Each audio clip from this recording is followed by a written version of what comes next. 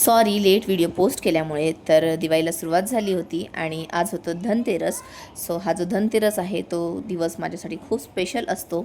ऑफिसमध्ये पण थोडासा उशीरच झाला यायला.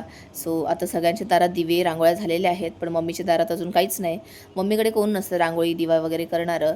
ते प्रत्येक वर्षी मीच करते. तर आले आणि पटकन रांगोळी काढायला सुरुवात केली. इझी आणि झटपट अशी होईल तशी रांगोळी काढायला घेतली आणि मध्ये मध्ये मल्हार पण माझी हेल्प करत होता. तर पटकन रांगोळी वगैरे काढून घेतलं आणि दाराला दिवे लावले.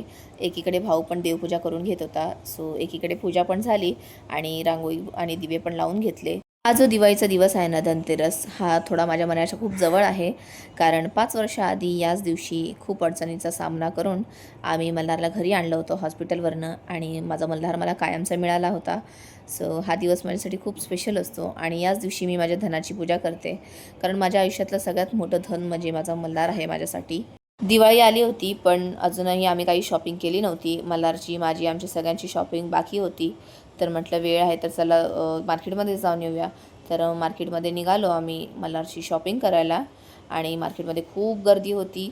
तरी मल्हारची मस्त शॉपिंग करून घेतली. त्याला कपडे, फटाके वगैरे त्याला ज्या ज्या गोष्टी पाहिजे होत्या त्या त्या गोष्टीची आम्ही शॉपिंग केली आणि घरी निघालो. त्यानंतर घरी आल्यावर केलेली शॉपिंग मम्मीला दाखवली, जेवणं वगैरे आवरून घेतले आणि त्या सगळ्यांमध्ये खूप टाईम झाला. मलालासुद्धा झोपवलं आणि आजचा दिवस खूप हॅक्टिक होता. आज खूप कामं केल्यावर खूप दमायला पण झालं होतं.